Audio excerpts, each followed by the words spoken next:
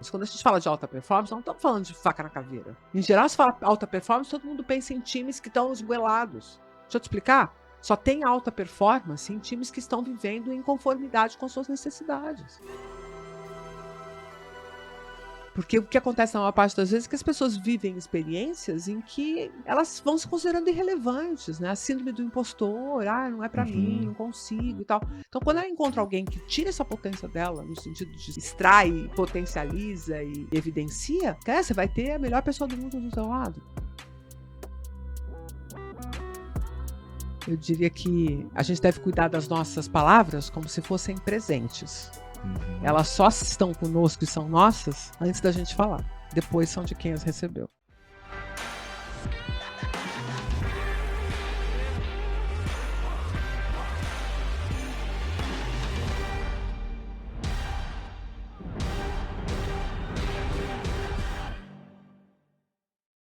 Muito bem-vindos em mais um Pode Multiplicar. Você que é empresário, gestor e líder, presta muita atenção agora ao convite que eu quero fazer aqui para você.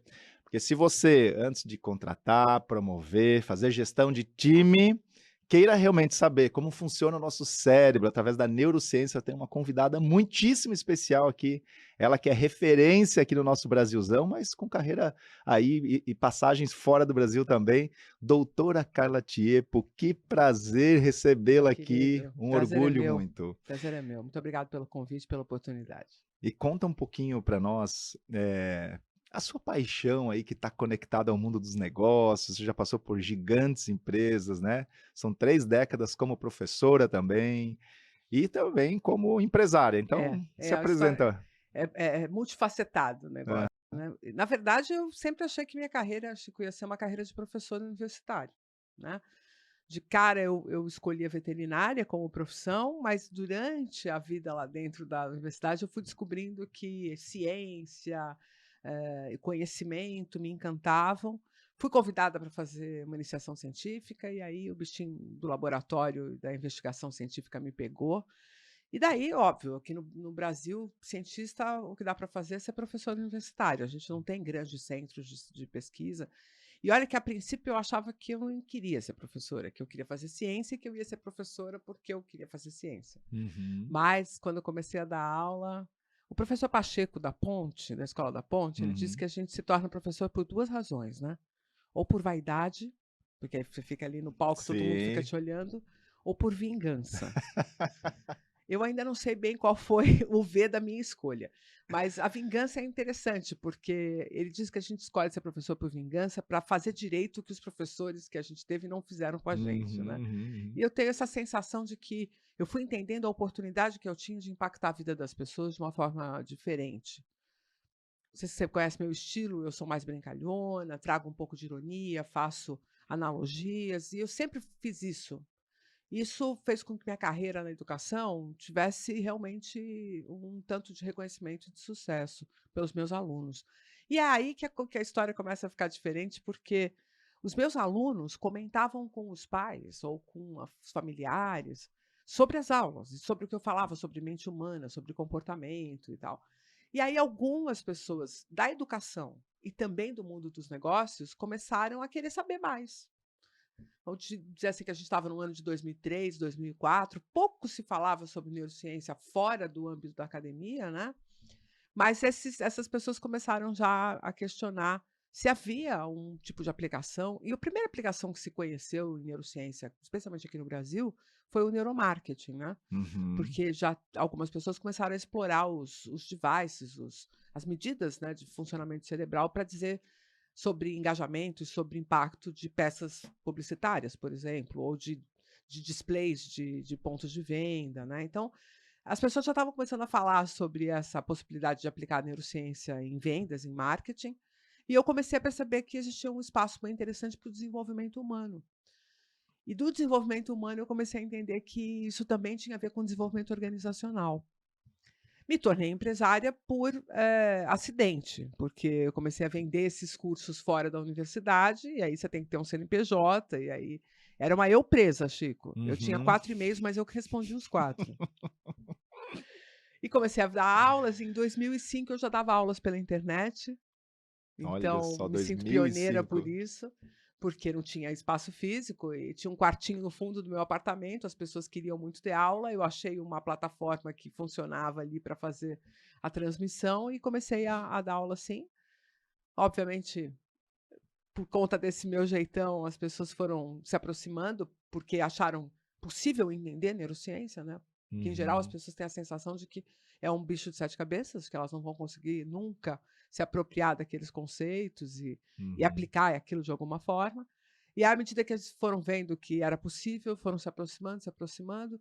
Aí eu tive a oportunidade de produzir 2 pós-graduações na Santa Casa, que é a minha escola de vida, né, sempre estive por lá e continuo por lá, Santa Casa de São Paulo, e eu tenho 2 pós-graduações lá, uma voltada para a educação, que era presencial e depois da pandemia se tornou EAD, e uma que eu tenho muito orgulho, que chama-se Neurociência e o Futuro Sustentado de Pessoas e Organizações, que esse batizado foi feito em 2013, quer dizer, absolutamente visionário, né, porque Sim, foi um sim. colega, o Flávio Maneira, que me sugeriu esse nome, porque justamente a gente começou a perceber que o ambiente corporativo começou a gerar conflito com a vida contemporânea, né? O mundo pós-moderno, ou pós-líquido, vamos dizer assim, né? Uhum, uhum. Ou a modernidade líquida, porque as gerações, a relação das pessoas com o trabalho, a relação das pessoas entre si, depois, obviamente, pandemia. E aí, nessa luta, eu venho atendendo muitos clientes, tanto na educação, agora mesmo eu estou indo para Fortaleza para atender um congresso de educação de uma rede de escolas confessionais. Então, vivo também, rodo o Brasil todo falando sobre educação, mas tenho também uma paixão especial sobre o mundo dos negócios, porque entendo, Chico, que se a gente consegue impactar uma empresa que tem 10.000, 15.000 colaboradores, né? Eu já tive a oportunidade de trabalhar com a Ambev, Votorantim, várias indústrias farmacêuticas que são gigantes, né, dos seus setores, que influenciam médicos, que por sua vez influenciam muitas e muitas pessoas através dos seus atendimentos e prescrições. É como se a gente estivesse criando um tsunami, né, de Totalmente. impacto no mundo. E eu gosto disso. Então, às vezes, eu acho também que pode ter sido por vaidade, Chico. Tomara, porque daí exige você também se tornar cada vez melhor, né. Sim.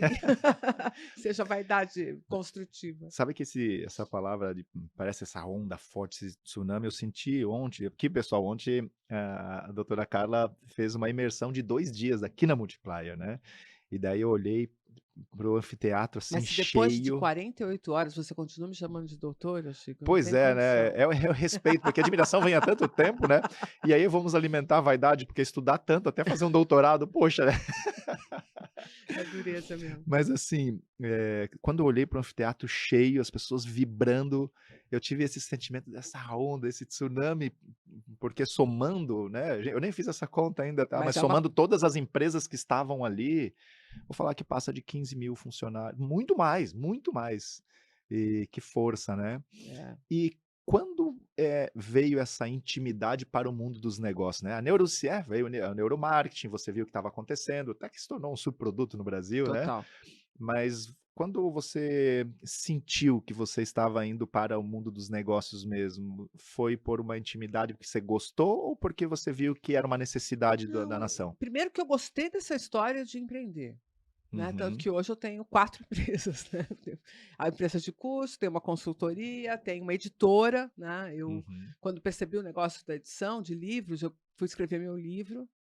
E tem 5, 6 anos que eu lancei o livro, inclusive agora ele bateu o número de best-seller aqui no Brasil, né, Muito super bom. feliz. E sendo uma editora independente, né, uma editora pequenininha, sem selo, sem nenhum nome, aí eu falei: "Não, gente, é legal, eu quero fazer isso também, porque eu quero fazer curadoria, eu quero escolher que títulos que vale a pena imprimir". Então, você começa a perceber que ao empreender você faz escolhas, Chico. Uhum, E essas escolhas podem ser do seu jeito, podem ser com a sua visão, porque quando você trabalha para alguém, ou quando você está num outro tipo de negócio que depende da tomada de decisão de outras pessoas, você não consegue implementar a sua visão de mundo, entendeu? uhum. Com tanta tranquilidade, com tanta naturalidade. É difícil, é brigado, né? Então, mesmo na educação, por exemplo, eu tenho uma ideia de método revolucionário na minha forma de entender para modificar a educação. E eu tentei, bati de um lado, bati do outro, fui no poder público, fui nas escolas privadas, todo mundo tem muito medo de mexer. Então agora eu estou montando uma escola, entendeu, Chico? Porque eu percebo isso no empreendedorismo. Que bom para o nosso Brasil que não deu certo no É, poder público. Daí a gente tem um presente agora aqui, ó. tomara que eu consiga fazer do tamanho que eu quero e chegar, porque assim, cansa também, né? Você Sim. sabe que a gente, o empreendedor, as pessoas olham muitas vezes as pingas que a gente toma, né? Uhum. Mas os tombos que a gente leva, a quantidade de noites sem dormir, pensando em como Sim. resolver as coisas, com folhas de pagamento, né? Não é mais só Uhum. você. Eu me lembro que quando eu comecei a empresa de cursos, durante alguns anos, eu diria uns 2 ou 3 anos, eu tinha lá, eh, uma ou outra pessoa que me ajudava no dia do curso, depois eu contratei alguém para ficar o tempo todo fazendo atendimentos, depois alguém para e aí quando eu tinha 2 ou 3 funcionários, Chico, e eu não sabia como fazer reserva, por exemplo, para 13º, férias, muitas vezes eu usei o meu 13º e as minhas férias da Santa Casa Eu para sei poder. exatamente o momento que você passou. E quem está nos ouvindo também. Então, é corajoso, é ousado, mas por isso mesmo tem um monte de vantagens, porque é isso, você as suas escolhas são suas e você erra sozinho, né, e Deixa eu você pegar um acerta gancho. sozinho também. Você tem suas escolhas. Na neurociência e na visão da Carla, como que nós escolhemos? Bom, Como é que a muito gente bem. tem esse poder de escolha mesmo? Esse tema é incrível, né, porque as pessoas geralmente acham que a escolha é feita num instante. Então a tal da história do livre-arbítrio, ela é condenada pela neurociência nessa percepção de que você, num instante, tomará uma decisão por causa daquele momento, daquele segundo em que a decisão é tomada, e que isto é o seu livre-arbítrio ou a sua capacidade de escolha ou liberdade. O que nós precisamos entender sobre escolhas é que ela é uma construção. Você vai vivendo experiências e vai atribuindo a elas as valências emocionais, quer dizer, você observa a vantagem que você teve aqui, a desvantagem que você teve acolá, você vive isso. E à medida que você vai tendo consciência sobre isso, você consegue, inclusive, direcionar essas percepções. E aí, no fim da jornada, você faz uma escolha baseada em toda essa história que você foi construindo. O que geralmente as pessoas acabam perdendo, né, como recurso, é que elas deixam essas experiências acontecerem de forma espontânea e sem nenhum tipo de regulação própria. Então eu estou aqui com você e eu vou vivendo essa situação aqui, em momento nenhum eu paro e falo assim: "Nossa, como o Chico é agradável. Nossa, como esse ambiente é bom". Eu não tomo consciência do que eu vou experimentando, de tal sorte que daqui a pouco, se eu resolver voltar aqui, eu acabo nem sabendo por que que eu quero voltar aqui. Mas dessa Uhum. forma eu sei, eu gosto do Chico, eu gosto do ambiente, eu gosto da temperatura, eu gosto do cheiro, eu gosto das pessoas. E aí agora se eu quiser voltar aqui, eu sei por que que eu quero voltar aqui, é fácil escolher, é fácil me direcionar para cá. Se a gente vive de forma muito inconsciente, deixando que as coisas nos aconteçam, e ficamos apenas como espectadores, ou às vezes até como espectadores reativos, né? Uhum. Ao invés de efetivamente construir essas relações, atribuir as valências emocionais, buscar validar e encorajar as experiências que favorecem aquilo que você quer, o objetivo que você quer alcançar, as intenções que você quer ter, né. Então, por exemplo, você quer perder peso, você quer fazer atividade física, mas você vai na academia e não põe valência emocional positiva naquela experiência. Você fica o tempo inteiro reclamando: "Ai, tem que ficar fazendo, ai, tem que isso, ai, tem que aquilo, ai, que". É óbvio que depois você não vai querer ir na academia e vai dizer que você não teve escolha, sabe, que você não tem livre-arbítrio, por isso que você não consegue. Essa conversa interna realmente ela é extremamente poderosa, Carla? Poderosa, porque é um jeito de você, através da sua consciência, especialmente de uma função cerebral chamada memória de trabalho, você dar ênfase e pôr evidência naquilo que vai ter mais peso. E Esse é o grande poder da consciência, sim, né. sim, não, forte. E me veio agora aqui, e a conversa interna e que se torna, atrativa quando estamos num happy hour entre líderes, que é: "Não tem gente boa para trabalhar, não tem gente boa para trabalhar". Isso pode prejudicar na hora da contratação? Especialmente se você, através disso, carregar num viés de que para essa pessoa ser boa, ela tem que se encaixar, completamente em todas as skills que você propôs e que você não se deixe surpreender, entendeu? Uhum. Porque quando você já chega com essa perspectiva de que todo mundo é ruim, que todo mundo ninguém está motivado, que ninguém quer, que ninguém se engaja, você tem dificuldade de perceber nuances do comportamento do indivíduo que permitem que você desenvolva aquela pessoa. Boa. Porque olha só, Boa. ninguém vai chegar pronto na tua frente. Eu acho que é isso que as pessoas, o maior erro que as pessoas cometem. Porque aí ela não acredita que pelas experiências que você é capaz de proporcionar dentro da sua organização, o ambiente, as outras pessoas, as relações, as conversas, os momentos, que isso é transformador e pode levar esse indivíduo que era potência apenas a ser realmente alguém bom. Uhum. Às vezes as pessoas fazem escolhas ruins porque não tiveram experiências boas.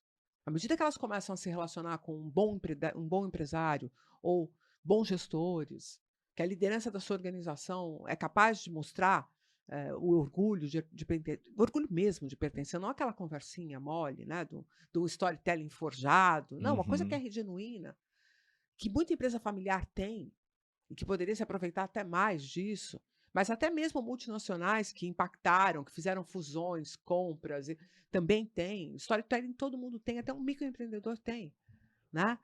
E isso tem o poder de produzir valência emocional, só que é necessário que você reconheça a potência e que depois invista na pessoa, para que ela Uhum. se desenvolva e possa oferecer, então, experiências que vão melhorar as escolhas dela. Porque o barato de você entender que o nosso processo de tomada de decisão é complexo, multifacetado e depende de tudo que a gente já viveu, inclusive da nossa genética, permite também que a gente entenda o quanto a gente pode influenciar as pessoas. Porque se todo mundo só tivesse a sua própria consciência ou a sua própria linha de pensamento como base para a tomada de decisão, como você influenciaria alguém? A gente influencia alguém pelas experiências. Por você me ver contando coisas para você de forma emocional, de forma, né, com energia, de você sentir que tem força, que tem motivação, que tem engajamento nisso, fala: "Nossa, eu vou querer viver essa energia". Porque a Uhum. gente hoje vive com pessoas muito esvaziadas de energia e de potência. Então, quando você encontra alguém que é magnético nesse sentido, essa pessoa tem todo o poder de puxar para si, como aquele flautista, né, que tocava flauta e os ratinhos iam atrás, né? Uhum. Aquilo é magnético, aquela música era magnética. Era impossível de evitar. Então é isso que um líder, é isso que um gestor, que um empreendedor deve buscar ser. Alguém que magnetiza tanto que transforma, mesmo aquele indivíduo que está sem potência, que está esvaziado de energia e que aparentemente não serve para nada, né? Em alguém que mostra a sua humanidade, que revela o que tem de mais humano em nós, que é o desejo de realizar, de pertencer, de estar. Porque o que acontece na maior parte das vezes é que as pessoas vivem experiências em que elas vão se considerando irrelevantes, né? A síndrome do impostor, não é para mim, não Uhum. consigo e tal. Então, quando ela encontra alguém que tira essa potência dela, no sentido de, né, extrai, potencializa e evidencia, cara, você vai ter a melhor pessoa do mundo do seu lado. Algumas pessoas vivem uma vida inteira sem ter ninguém que confie nelas, ninguém que acredite nelas. Sim. Eu não queria sair muito desse assunto que tá maravilhoso, mas me veio eu senti algo que eu preciso falar. Em 2018, eu recebi uma pergunta: "Chico, por que que você acha que essa nova geração não quer, trabalhar como nós, né, tinha esse desejo, né?" E eu, antes de responder, eu fiquei aquilo para mim e falei, eu tinha minha resposta, sabe, mas eu não sei por que eu segurei e eu fui buscar e pesquisar mais a fundo sobre isso. Desde 2018 eu tenho levado essa pergunta a fundo. Eu tenho percebido que muitas das crianças que não querem ser sucessoras dos pais, né, muitos que estão nos ouvindo têm seus filhos aqui, têm o desejo de trazer ele para dentro das empresas, não querem estar lá, porque os últimos 10 anos viram o próprio pai ou a própria mãe reclamando da própria empresa, reclamando dos colaboradores, reclamando dos liderados. Fala um pouco para nós o que acontece no cérebro dessas sementes plantadas diariamente, hein? Isso que você falou é fundamental, né? Porque um pouco porque Que você eu falou da referência, é, vendo o líder, poxa, mas o líder também tem em casa, né, porque é um sim, desejo sim, de quem nos ouve aqui sim, trazer o filho, né, para a sucessão. sim. E isso é verdade. Do mesmo jeito que você, se você pega o teu filho para ir para a escola e fala, a escola é a única obrigação que você tem. Depois você se diverte. Uhum, Como é que depois você quer que ele se engaje com o processo de desenvolvimento dele? Se você mesmo diz que aquilo é uma obrigação, que aquilo é parecido com tirar o lixo e levar o lixo para fora, que aquilo é uhum, parecido com varrer a casa, que aquilo é parecido com arrumar a cama, né? Você está dizendo, é chato, mas você tem que aguentar. E ele mesmo se comporta assim com relação ao seu trabalho. E Uhum. eu acho que também tem um detalhe, muitas vezes esses empresários, acredito que não possa ser verdade que eles só têm de sabores, né, Uhum, uhum. mas eles não compartilham as suas vitórias. É muito mais fácil a gente ver gente reclamando do que gente falando: "Nossa, hoje meu dia foi incrível. Aconteceu isso, aconteceu aquilo, e eu fui homenageado", ou, "O prefeito da cidade disse que a nossa empresa é super importante para o progresso, que a gente contribuiu com X de imposto e que isso permitiu que ele consertasse a ponte", sei lá eu, entendeu. Uhum. Mas mostrar essa relevância, e as pessoas não falam sobre isso. Elas estão numa ladainha pessimista. Então isso faz com que você não tenha magnetismo em relação ao teu trabalho. Especialmente esse ponto que você trouxe dessa reclamação em casa. Mas acho que também tem outra coisa, Chico, que eu sinto na minha casa daí, Uhum. né. Eu ainda não consegui trazer meu único filho, assim, ele trabalhou comigo 1 ano e pouco só, porque ele precisava de dinheiro, Aham. né. Mas ele não tem encantamento nenhum, ele trabalha com eventos, ele não quer nem ouvir falar sobre cérebro. Mas eu acho que no caso dele, ele perdeu a mãe para tudo isso, entendeu. Bingo. Então ele também tem um pouco de raiva, né, e eu vejo isso nos sucessores. Porque um empresário de sucesso, geralmente é um casal, inclusive, não é raro, né, numa empresa familiar, os esposos, né, marido e mulher estarem, na empresa, né, um casal de qualquer gênero, obviamente, estarem na empresa, e isso faz com que os filhos tenham raiva um pouco daquilo tudo, entendeu? Uhum, Se uhum. sintam, subtraídos dos pais por causa da empresa.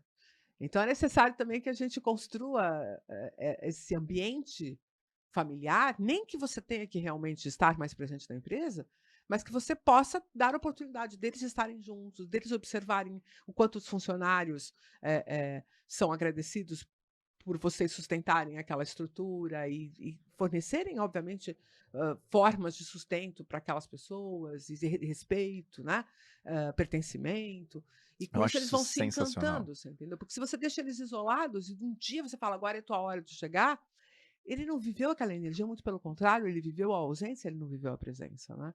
É muito forte isso, né, trazer um depoimento de algum colaborador, do nível de gratidão que ele tem com a própria empresa, Exato. né. E deixar com que os seus filhos trabalhem, por exemplo, em diferentes áreas da empresa e convivam com esses funcionários, né. Eu conheço a Uhum. história de um sucessor que era uma empresa que tinha vários sites, tanto no Brasil quanto fora do Brasil, e ele trabalhou na linha de produção sem dizer que era da família, durante anos. Uau. As pessoas não sabiam que ele era um dos sucessores. Aham. E ele disse que aquilo foi crucial para ele entender o que que a empresa dele realmente Muito, significava, muito. Na né. experiência do O lado cliente bom e o lado ruim. sim, sim, na experiência do cliente, existe uma das técnicas, uma metodologia é você usar o cliente Sim, oculto, né. sim. O colaborador oculto, então, por 1 ano.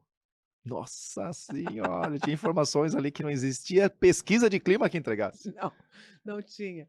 E tanto pe ele fez várias, alterações depois, em benefícios, em modelos de controle, por exemplo, de frequência, porque ele percebia gaps que eram coisas bobas que os funcionários eram obrigados a fazer, que não garantiam presença, não garantiam engajamento, não garantiam nada, e que eram apenas para o inglês ver. Então ele fez uma melhoria brutal na gestão de Uau, pessoas a partir disso, né. Teve uau, um programa acho que foi no Fantástico, em algum lugar, que fizeram isso, né, que que o sensacional. CEO entrou para trabalhar na linha de Sim, produção, eu alguma vi. coisa assim, eu não me lembro muito bem como era. Carla, o que que um gestor, líder, né, ele precisa saber sobre o cérebro, sabendo que dentro da administração, dentro, né, na faculdade de administração, a gente não teve, né, essa aula, né, vamos estudar sobre o cérebro, assim como, né, eu como um pós-graduando em neurociência, também a gente não teve aula sobre fluxo de caixa, sobre venda e tudo mais. Mas o que que hoje quem está nos ouvindo precisa entender, do cérebro para que possa reter, promover bons talentos? Olha, tem vários, temas dentro da organização que podem ser positivamente impactados pela neurociência. Em verdade, Chico, são os mesmos temas que a gente viu possibilidade para a psicologia, tá? A Uhum, psicologia praticamente vive dentro das organizações em diferentes frentes. Qualquer administrador estuda psicologia, né? Óbvio que não com profundidade, mas estuda. E sim. depois a gente tem setores inteiros ligados à gestão de pessoas que praticamente estão nas mãos de psicólogos, né? Mas eu acho que o grande barato da neurociência e que é positivo para esse empreendedor se aproximar, é que, primeiro, você não precisa de conhecimentos muito profundos para poder já começar a aplicar, para poder já Uhum. começar a ver uma ou outra oportunidade de aplicação. A psicologia é, em si, mais complexa do que a neurociência. Por quê? Como boa ciência humana, ela é pautada por vários autores. Então, eu tenho a psicanálise, eu tenho o behaviorismo, eu tenho a fenomenologia, entendeu? Uhum, Todas uhum. elas têm sua aplicação e têm sua validação dentro da própria ciência humana. O que não acontece nas ciências naturais, porque as ciências naturais são ciências rígidas, com metodologia rígida. Então, se você tem um achado na neurociência, isso significa que tem um dado que confirma esse achado. E eu não tenho um autor que pensa uma coisa e outro autor que pensa outra coisa. Eu tenho que ir para o congresso, convencer todos os meus pares do meu experimento, do meu insight, para que isso se torne conhecimento da minha área. Uhum. Diferentemente das ciências humanas, que um autor pode, ao longo da sua vida, obviamente com muito estudo, muita experiência, muita observação, desenhar uma linha teórica, defender uma linha teórica. Então, para a organização, esse conflito, justamente porque você está lidando muitas vezes com pessoas que não têm aquela formação, são engenheiros, são administradores, são contabilistas, são, né? Fala aí quantas profissões que viram empresários, não é? Dificilmente um filósofo, dificilmente um Uhum. psicólogo, dificilmente um antropólogo, percebe? Um neurocientista? É. Então, qual que é o ponto? Essas pessoas, elas acabam, quando se aproximam das ciências humanas, achando tudo muito confuso, tudo muito abstrato e tudo muito complexo. Uhum.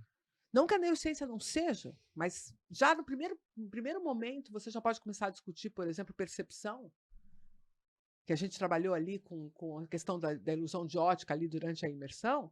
Isso já virou, lembra? Foi, eu acho que, o ápice da imersão, porque todo mundo ficou surpreso de que, mesmo que ela soubesse que a coisa não era, né? Que no caso ali eu estava usando uma ilusão de um círculo, de um quadriculado, mesmo a pessoa sabendo que não era, ela não conseguia desver. Então não é só uma questão de ter consciência, aí você começa a descobrir por que comunicação é um tema tão complicado. E é assim, em 15 minutos você consegue Uhum. cutucar as pessoas para que elas comecem a se perguntar sobre aquilo. Então, eu acho que é uma questão muito mais de eficácia do que de profundidade. Eu não diria que a neurociência é melhor do que a psicologia. Eu só acho que ela entra mais lisa dentro Uhum. dessa conversa, porque até por ter outros profissionais que são das ciências naturais e que conhecem os métodos das ciências naturais, a hora que eu apresento um dado e digo, olha, por causa desse hormônio, por causa dessa circunstância, por causa dessa reação, porque a pupila diminuiu, porque a pupila aumentou, porque teve sudorese, a tangibilidade, o pragmatismo que tem nisso agrada o ambiente corporativo. Agrada. Ontem você falou algo simples e que eu confesso que, mesmo que eu sou apaixonado em contratar, fazer onboarding, que é saber se a pessoa é matutina ou vespertina. Essa pergunta não existia na minha contratação. Não, e não Até existe em lugar ontem. nenhum, porque a gente acredita que existe um perfil de comportamento que é o adequado, Uhum, uhum. né? Baseado em, por exemplo, Deus ajuda quem cedo madruga, e tantas Sim. outras visões de que a pessoa, qualquer destes influenciadores de internet te orientam a acordar às 5 da manhã, tomar um banho de gelo, fazer não sei o quê. Se você for vespertino, você não pode ser empreendedor, então. Uhum, Então uhum. acaba acontecendo uma coisa muito interessante, que eu nunca fiz pesquisa sobre isso, mas eu tenho certeza que vai dar, que todo mundo que se deu bem no mundo de negócios ou profissionais liberais, né, são matutinos. E que o povo da arte, o povo da tecnologia, o povo que consegue trabalhar por si só, que passa a noite trabalhando, desenhando games, não sei o que tal, é tudo vespertino.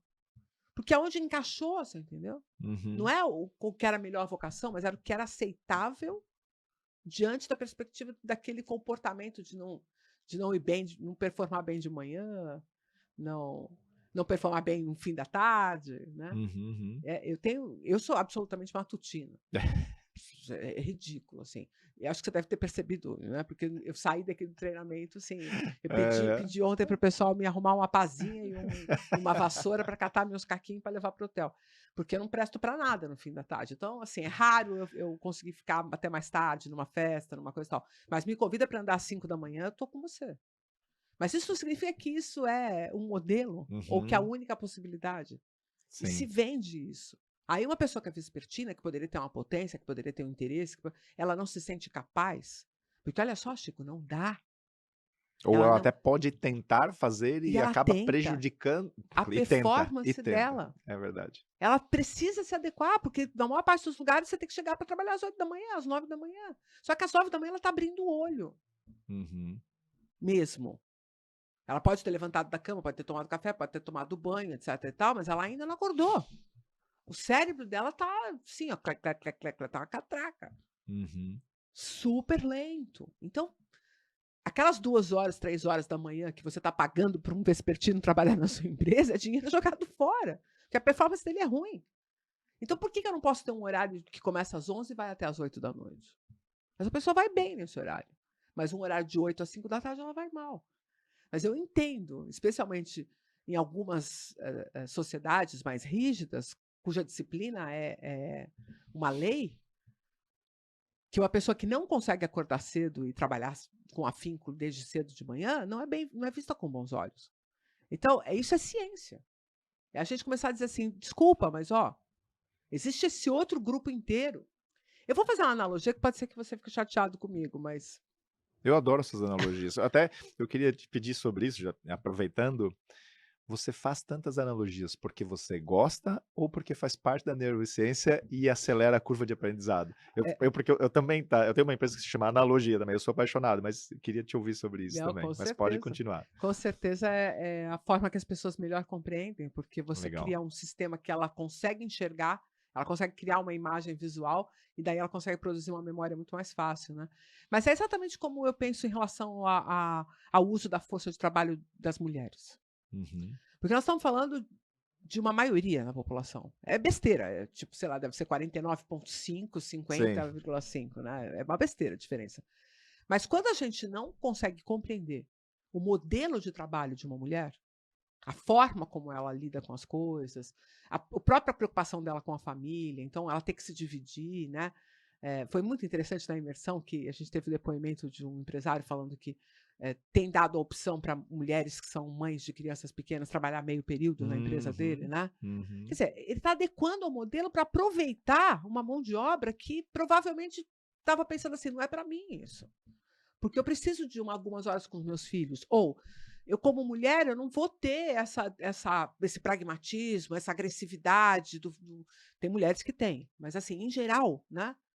E aí a gente acaba dizendo que isso tem uma importância menor para o ambiente corporativo.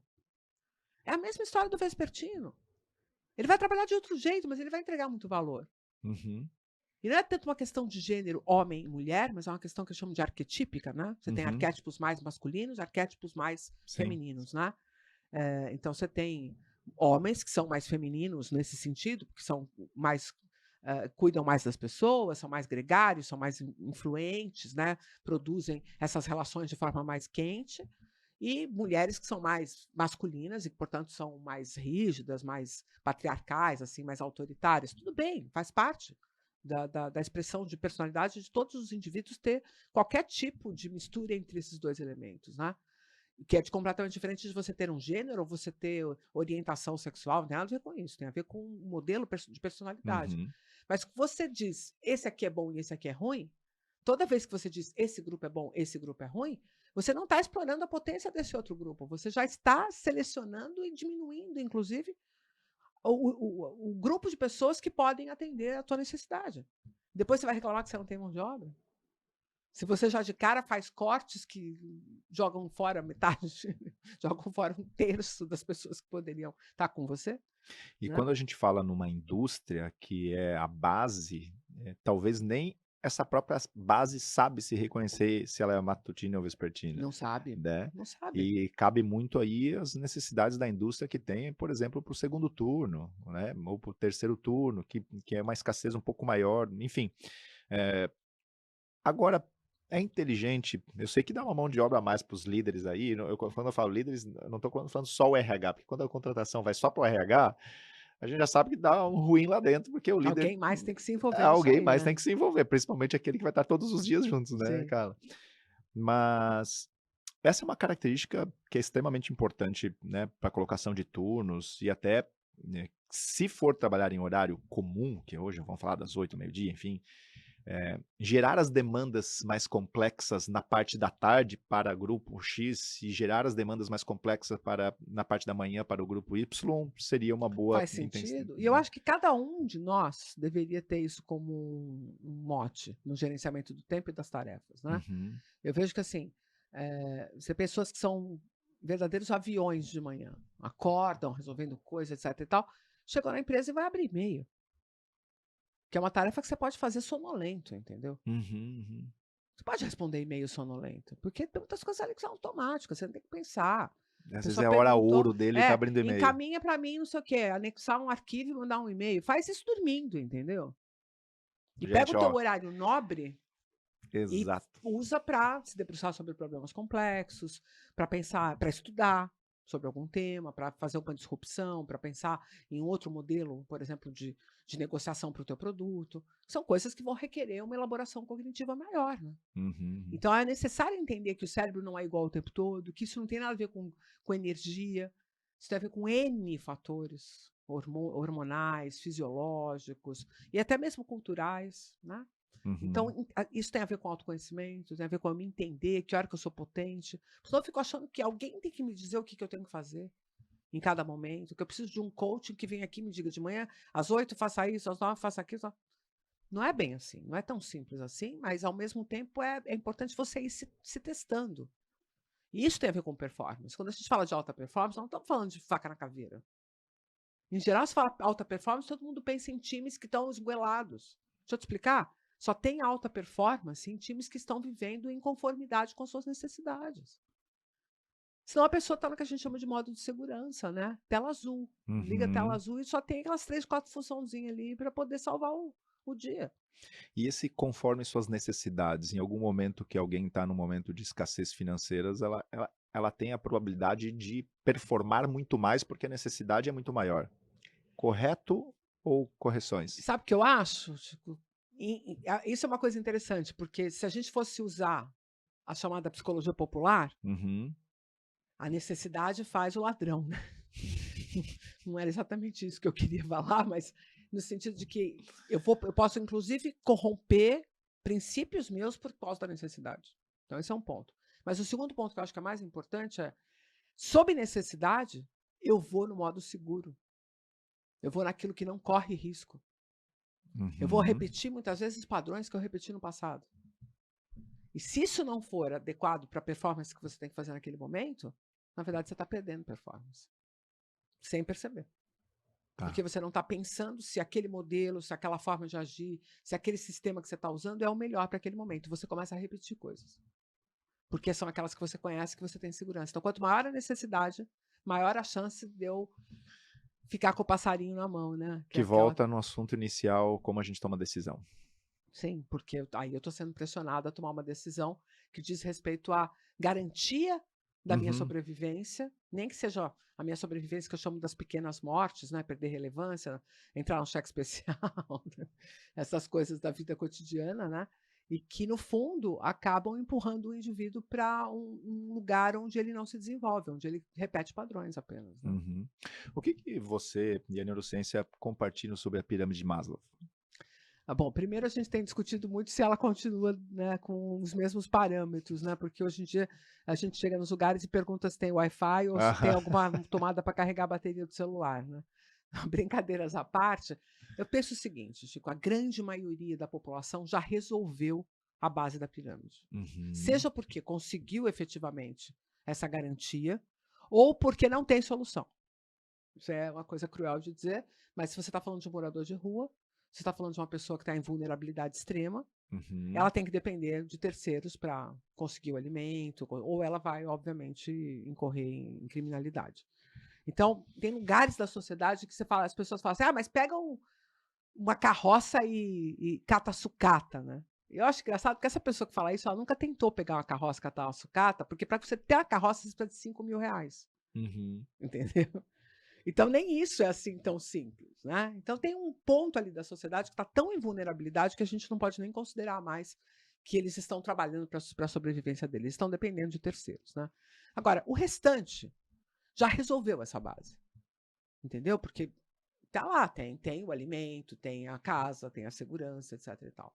A questão é que, por conta do excesso de consumo, excesso da sociedade de posse, a gente começou a colocar essas posses muito mais para baixo do que elas deveriam estar. Por Tornando sorte, mais acessível, mais democrático, vamos dizer, mas com maior nível de desejo de também, desejo, desejabilidade. entendeu? Desejabilidade frequente. Frequente, Entendi. exatamente. E óbvio, com mais abundância. Uhum. Porque você fala, eu quero um celular da Apple. Tal. Não, você quer um celular, certo? Celular, você tem um celular de R$300. Entendeu? Uhum. Então, pode ser que depois você escale para ter um celular. Outra coisa, eu quero uma bolsa, não sei o que, não sei o que. Tá, você não vai poder comprar a tal da bolsa, nem, né, de 5 mil, 10 mil, sei lá quanto custa essas bolsas. Mas você pode comprar uma falsificada que, a princípio, inclusive é isso que as grandes marcas fazem. Elas deixam falsificar porque isso alimenta o desejo sobre a marca delas, né? Então, o capitalismo ele resolve algumas dessas coisas e coloca todo mundo mais ou menos no mesmo jogo. Por isso a pirâmide vai ficando mais achatadinha e mais larga embaixo.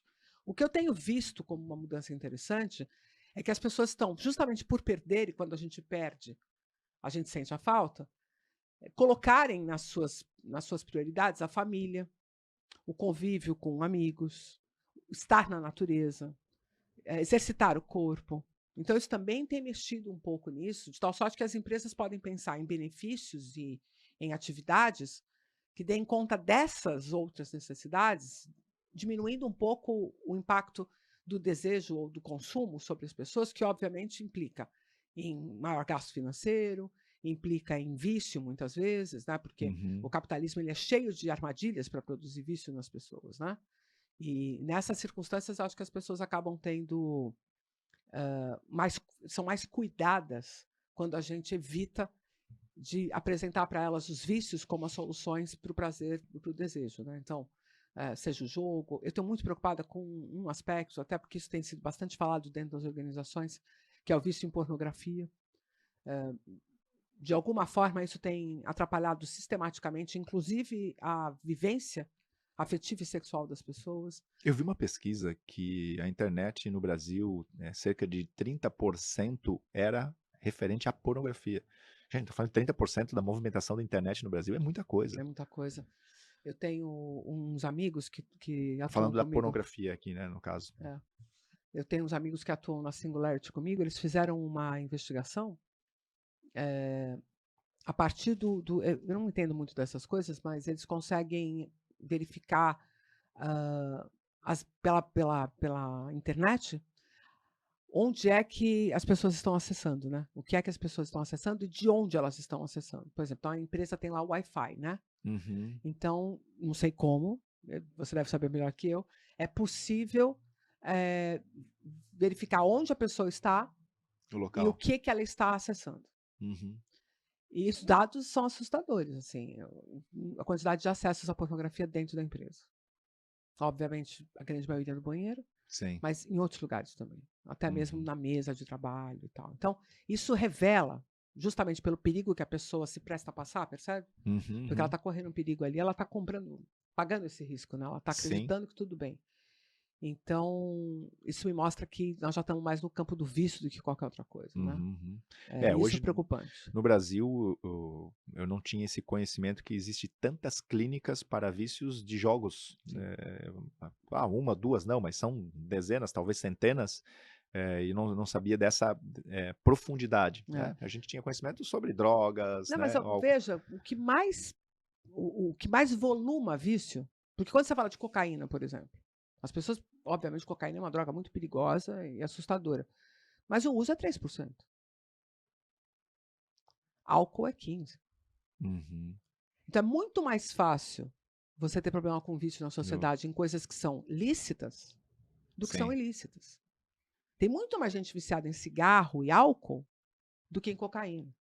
Uhum. Tem muito mais gente viciada em jogo, em pornografia, do que em cocaína. Porque é lícito, entendeu? Uhum. Não é proibido, você não está fazendo nada não tá fazendo nada ilegal, Imoral, quem sabe, mas ilegal não, né? Eu me lembro que eu trabalhava numa farmácia, vou lembrar de uma coisa agora bem antiga, Chico. Vou lembrar o ano para você. 1993. Eu trabalhava numa farmácia. Eu ia para a faculdade durante o dia e de noite eu era caixa de farmácia. Ali em São Paulo, na esquina da Alameda Santos com a Pamplona. Quem conhece São Paulo vai saber até que farmácia que é. E na própria Pamplona, a 4 casas para cima, assim, tinha uma casa de apostas de turf, de corrida de cavalo. E os balconistas da farmácia, 8h30, 9 da noite, eu chegava às 7 e fechava a farmácia às 10. Quando era 8h30, 9 horas, eu olhava e não tinha um dentro da farmácia. Estava tudo na loja de turf apostando em cavalo.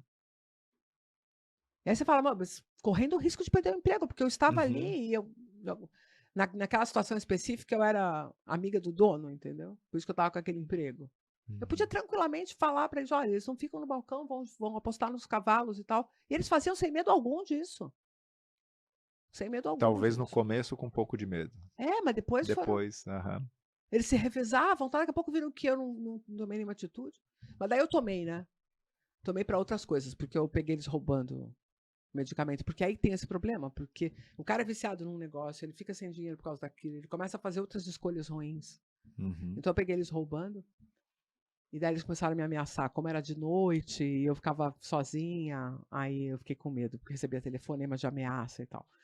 Mas é isso, as pessoas chegam a cometer crimes por causa do vício. E às vezes são vícios lícitos. Então, a empresa também poderia se preocupar mais com isso, estar mais próxima. Eu vejo, às vezes, as organizações dizem, assim, é um assunto nosso, a gente não vai meter a mão nisso, porque vai meter a mão nessa cumbuca.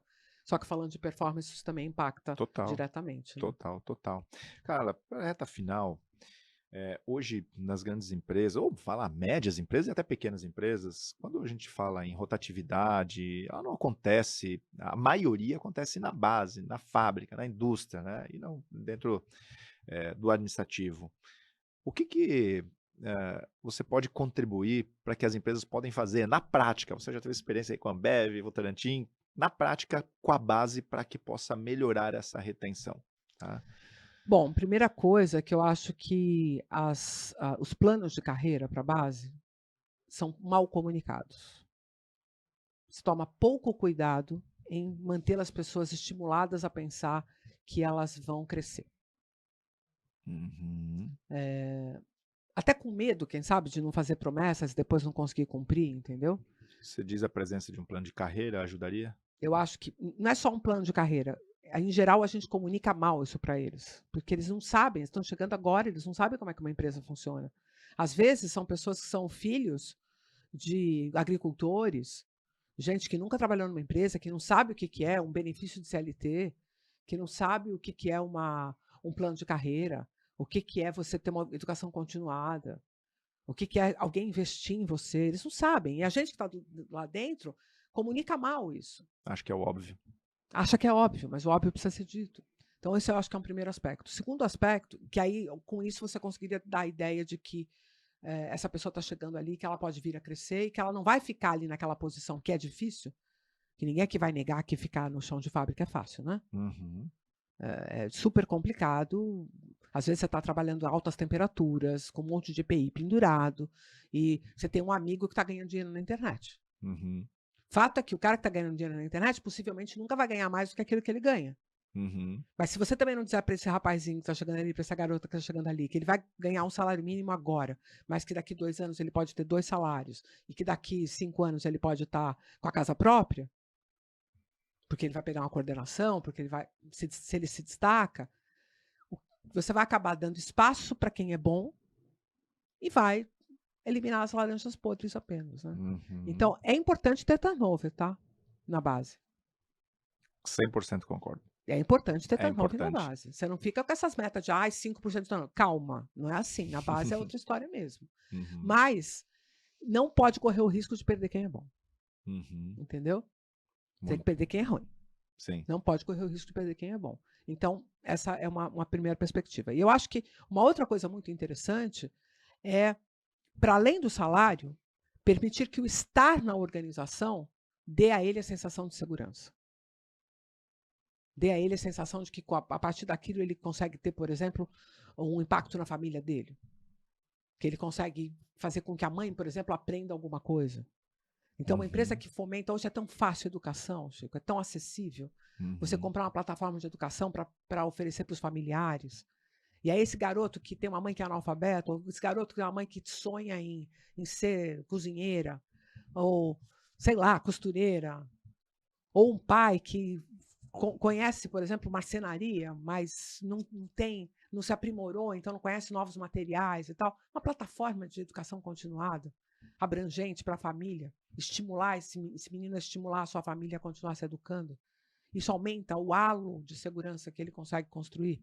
Porque se só ele trabalha, só ele produz, o dinheiro que ele tem acaba não atingindo o objetivo que ele Uhum, quer. uhum, uhum. Então, se para além do dinheiro que ele recebe, ele consegue perceber um halo de influência e passa a ser uma peça importante na família dele, isso também faz com que ele Uau, fique por lá, entendeu? uma peça importante dentro da família dele. Muito E que nobre. aquele emprego é o que garante isso, Sim, né? sim, sim. Sensacional. Então a gente falou aqui de um reconhecimento financeiro ao longo de uma data e a importância de demonstrar as renúncias para chegar a uma coordenação, porque às vezes a Sim, pessoa não quer uma coordenação, sim, né? Já sim. aconteceu fazer uma entrevista com um colaborador que falou, não, não, eu não quero liderança. Por quê? Porque eu não quero viver como você vive, né? Porque tem De novo a renúncia, né? história do pai e da criança, É, entendeu? é demais. Doutora, eh, qual que é uma pergunta que poucas pessoas fazem para você, ou nenhuma, ou eu não fiz aqui, mas você gostaria de responder? Ah, difícil, Chico, porque em geral os nossos entrevistadores são muito criativos e você especialmente é muito conhecedor do tema, né? Mas eu acho que é interessante a gente falar sobre o que acontece no nível das relações e que opera na inconsciência. Porque a gente sempre acha que tudo está aberto e sobre a mesa. Então, se eu pudesse deixar aqui uma dica especial para empresários, para pais e para todo mundo, de uma forma geral, eu diria que procure ler nas entrelinhas sempre. O que foi dito pelo olhar, o que foi dito pelo corpo, o que foi dito num abraço, o que foi dito num aperto de mão, porque, em geral, as verdades estão muito mais nisso do que nas palavras que são ditas. Uau. E se eu puder deixar uma frase, eu diria que a gente deve cuidar das nossas palavras como se fossem presentes. Uhum. Elas só estão conosco e são nossas antes da gente falar. Depois são de quem as recebeu. Então, Sensacional, comunicação é o sensacional. centro da vida, é o centro das relações. Cuide dela como se fosse a sua grande preciosidade. Lindo, lindo. Doutora, muita Eu gratidão. que E deixa agradeço, uma Chico. outra mensagem, que é a mensagem para as pessoas poderem te seguir, conhecer teu Beleza. trabalho, os teus livros, por favor. Joia. Então, no Instagram eu tenho um perfil que chama Carla Tiepo, só cuidado que são 2 P's de pato ao invés de um só. Geralmente as pessoas procuram com um P só. Então, Carla com C, Tiepo com 2 P's. No Instagram tem bastante conteúdo, mas o que é o meu xodó é o meu canal no YouTube, que é o Nada Trivial, que a gente tem bastante vídeo, bastante coisa lá.